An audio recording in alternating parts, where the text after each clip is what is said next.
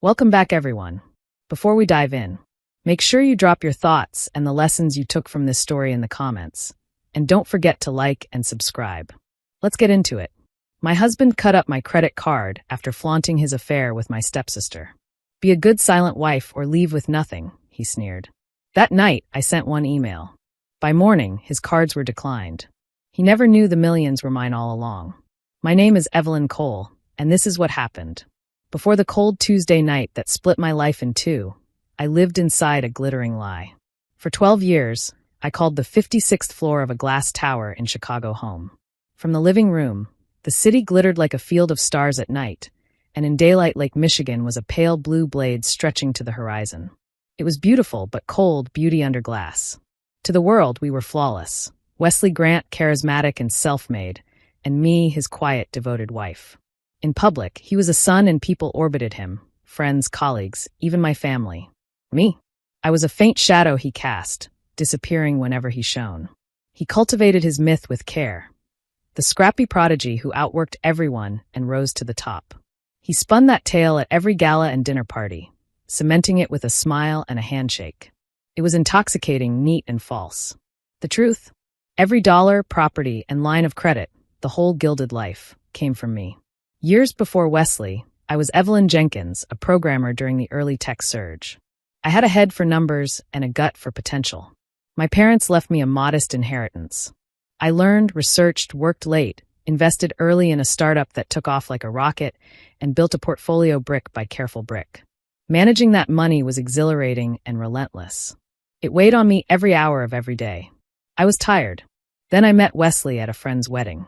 He was magnetic, attentive, and never once flinched at my success. He said he admired it. He said he admired me. I wanted to believe him. One night in my small, cozy apartment, I sat hunched over market trackers with a headache pounding behind my eyes. He stepped behind me, rubbed my shoulders, and said, "Let me handle this, Evelyn. You built it. Let me guard it." I was in love. I was exhausted. I said yes. It began harmlessly, adding him as an authorized user. Then it was consolidating for efficiency, introducing his accountants, and moving accounts where he was the administrator for tax purposes. He trimmed my access to simplify things. He retold our history until I barely recognized myself in it. He became the star of the show I had financed. The home I loved turned into a museum of his ego. Art became proof of his taste, furniture a trophy of his supposed genius. He strutted the rooms with whiskey in hand while I sat feeling like a decorative object, useful, silent. The symbol of my supposed dependence was a secondary credit card in his name, with a monthly allowance. My allowance from my own money. "Be careful what you spend, my love," he would say, polishing the watch I bought with funds I had made. He called it my fun money. It was a leash. I shrank inside that story for 12 years. But small tremors accumulated, subtle humiliations, until the structure was ready to collapse. At dinner parties, whenever I opened my mouth about technology or markets, he would cut me off with an indulgent chuckle that looked like affection and felt like erasure.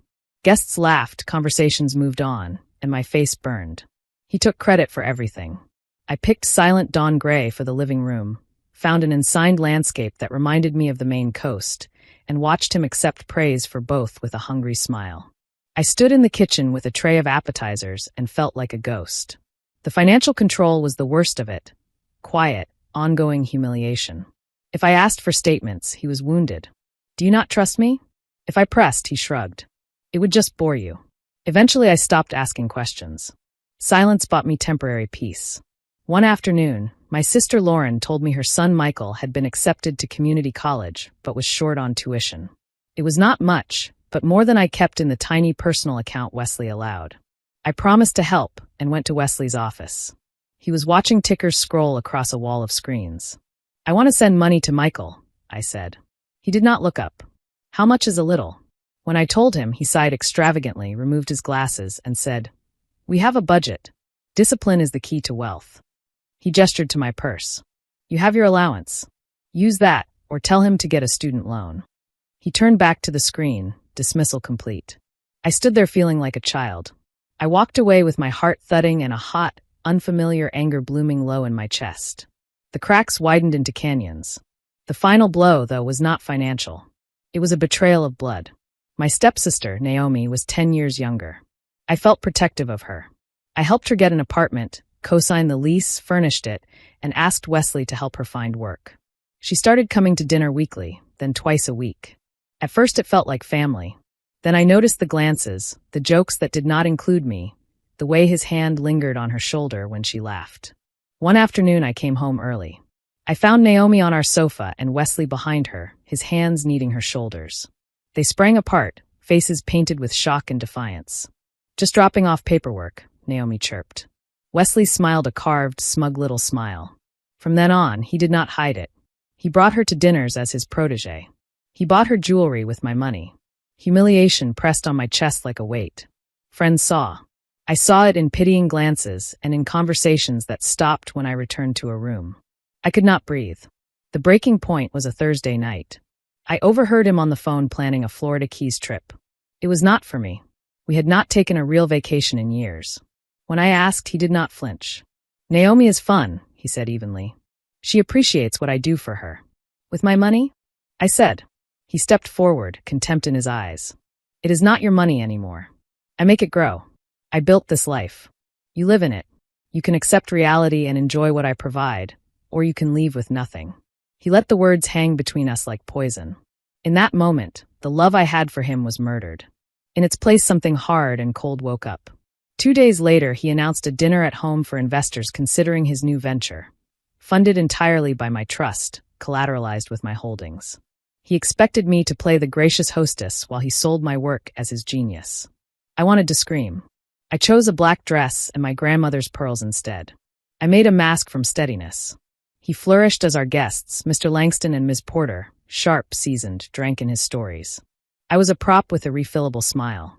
They asked me about the view, the wine, whether Wesley picked the art. No one asked me about the architecture of the database model I had designed.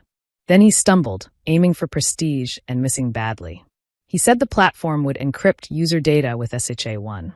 The words left his mouth, and I stopped breathing. It was an antique, a red flag the size of a billboard. The part of me that still remembered who I was woke up and spoke. "We use SHA-256 with a unique cryptographic salt per user," I said to Ms. Porter. "SHA-1 is not secure enough for the data we will handle." Silence fell.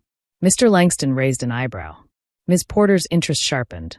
Wesley's eyes flashed panic, then fury, then a brittle smile. He slid his hand onto my shoulder, a heavy weight that pretended affection and delivered a warning. "There she is," he boomed. "My secret weapon.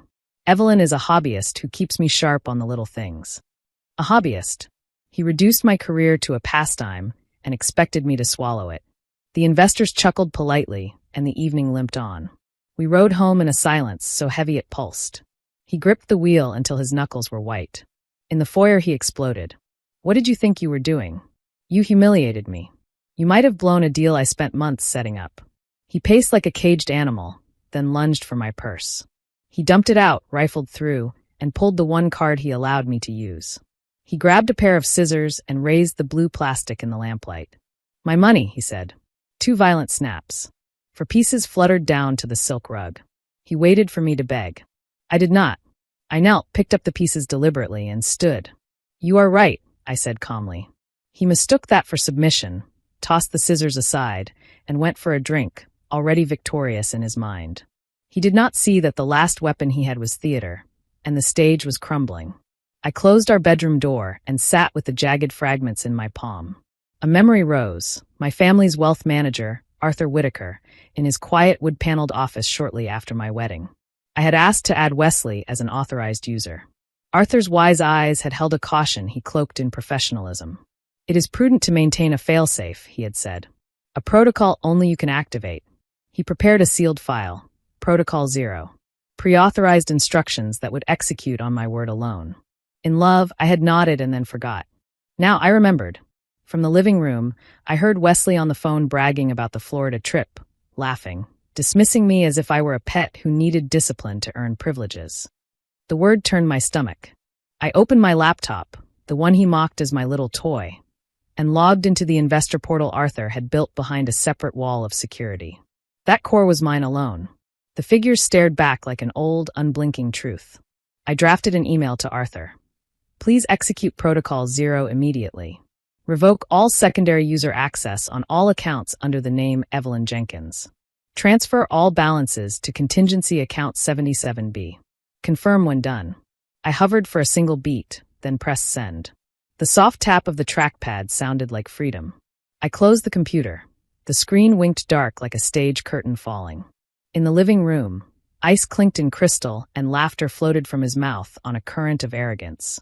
He had no idea the ground under his feet had disappeared.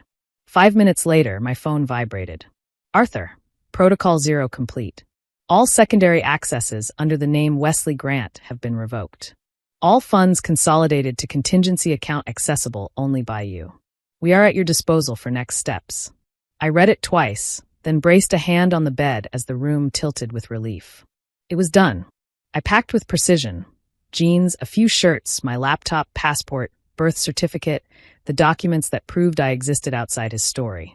I left the costumes of my old life, dresses, shoes, hanging like the remnants of a play. At the bottom of my jewelry box, I found my grandmother's pearl studs and put them on. I locked the bedroom door for the first time in our marriage. He knocked later, drunk, calling me princess, demanding I open the door so he could finish the performance. I did not answer. Eventually, he slumped onto the couch in front of the television. I lay awake until dawn and watched the sky bloom pink and orange over the lake. He snored in the living room when I slipped on walking shoes and took a last turn through the apartment, the museum of a person I no longer was. On the kitchen island, next to his car keys, I left my wedding ring and a note. Lesson has been learned.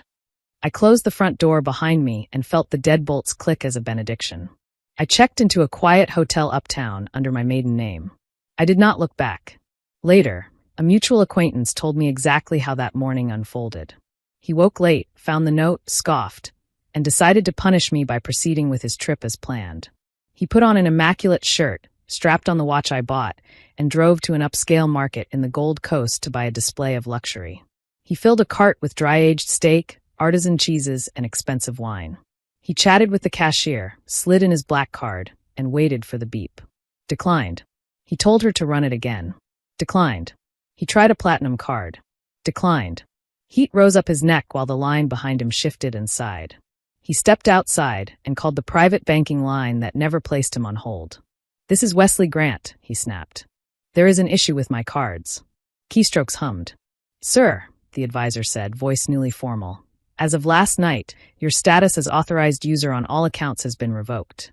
The sole owner and beneficiary is Ms. Evelyn Jenkins." He stammered. The advisor continued. "All joint accounts are dissolved. Funds have been transferred to a contingency account available only to her. You have no assets with us in your name." He hung up and stood motionless in the morning glare, a man who finally understood the difference between money and access. While that was happening, I sat in a sunlit cafe miles away and bought a coffee and a croissant with a new debit card Arthur's office had messengered to my hotel. It bore my name and only my name. The approval beep was small and perfect. I laid the 4 fragments of the old card on the saucer. They were no longer a humiliation. They were a key broken and a lock sprung. The first call I made was to a divorce attorney, Camille Brooks, a legend in this city, a woman with eyes like scalpels. I told her everything, the financial control, the affair, Protocol 0. She listened, asked precise questions, and finally said, "Your preparation was exact. The prenuptial agreement is airtight. Documentation is thorough. He has no claim. Papers would be drafted that afternoon." After that, my phone turned into a battlefield. Threats, pleas, declarations of love, promises to change. I created a filter that sent everything to a folder for Camille. Silencing him was a final act of power. 2 days later, a tow truck reclaimed the Mercedes. The doorman, Mr. Lewis, called me with quiet solidarity to let me know it was done. Naomi texted once to call me bitter and old, as if cruelty could rewrite facts. I blocked her number. A friend later told me she had seen Wesley on Oak Street selling the watch, haggling like a drowning man trading a coat for air.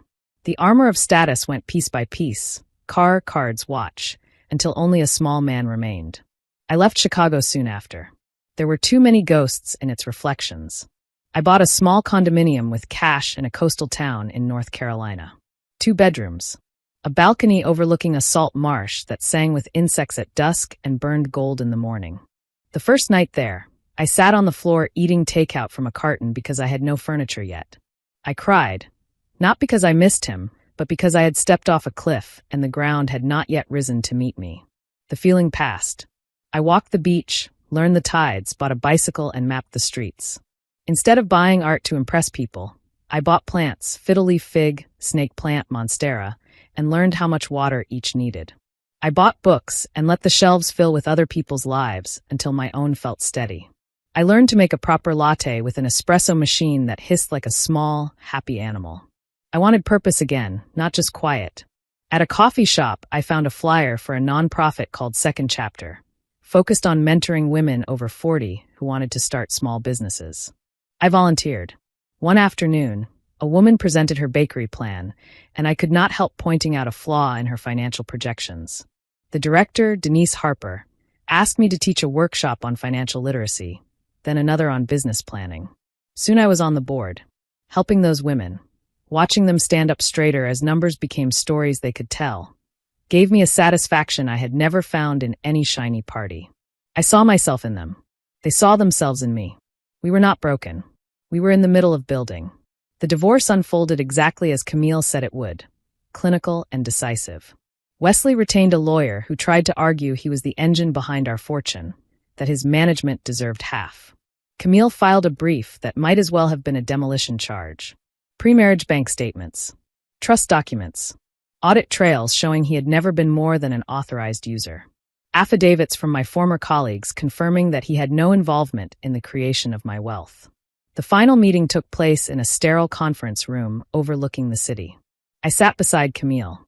Across from us, Wesley looked smaller inside his suit, like a boy in his father's clothes. He did not meet my eyes. His lawyer murmured, then admitted the obvious. He should accept the settlement. I did not want $1 from him. I wanted an exit. He signed. He stood. He left. That was the last time I saw him. Months passed. An email slipped through my filters with the subject line, Evelyn. It was from Wesley. Curiosity 1. He wrote that he lived in an awful apartment, that he had lost his friends, that he could not understand how I could do this to him because he had given me a life. I understood then that we had always lived in different realities. He believed charisma, social orchestration, and performance were currency equal to risk and creation. He believed I had been his grateful sponsor. There was nothing to reply to, so I did not. When the last boxes arrived from Chicago, I found the 4 fragments of the card at the bottom of a crate of old textbooks. I placed them in my palm and turned them under the sunlight on my desk, where I now wrote plans for Second Chapter. I did not see humiliation. I saw a catalyst, a single, violent sound that forced the old self to break, so the real one could step forward. These days, my life is quiet in a way that has weight. On weekend mornings, I carry my kayak to the edge of the marsh and glide through water that smells like salt and earth while egrets lift like white handkerchiefs from the reeds. I read on the balcony with coffee I made myself. My friends are people who ask and listen and laugh until the room aches. I do not look for Wesley in crowds or headlines. His name is a line from a book I once read and will not read again. I do not carry hatred for him. I carry understanding and distance. He was a man terrified of his own smallness who built a stage and demanded I pretend it was a kingdom. My value was never stamped into plastic or measured by a view from a tower. It was never at the bottom of a glass or tucked behind someone else's signature. It was in my work, my risk, my steadiness, my refusal to accept a story that made me vanish. The most important decisions I made were small and quiet. A login, an email, a packed bag, a closed door. I keep the card fragments in a carved box on my desk, not as a trophy, but as a reminder. Sometimes you rebuild only after you have been split into pieces. Sometimes power is not a shout. It is the silence after a declined tone and the knowledge that the money was always yours. And so was your life. If you enjoyed this story, please like, comment, and share this video with your friends. Subscribe and turn on the notification bell so you never miss a powerful story drop.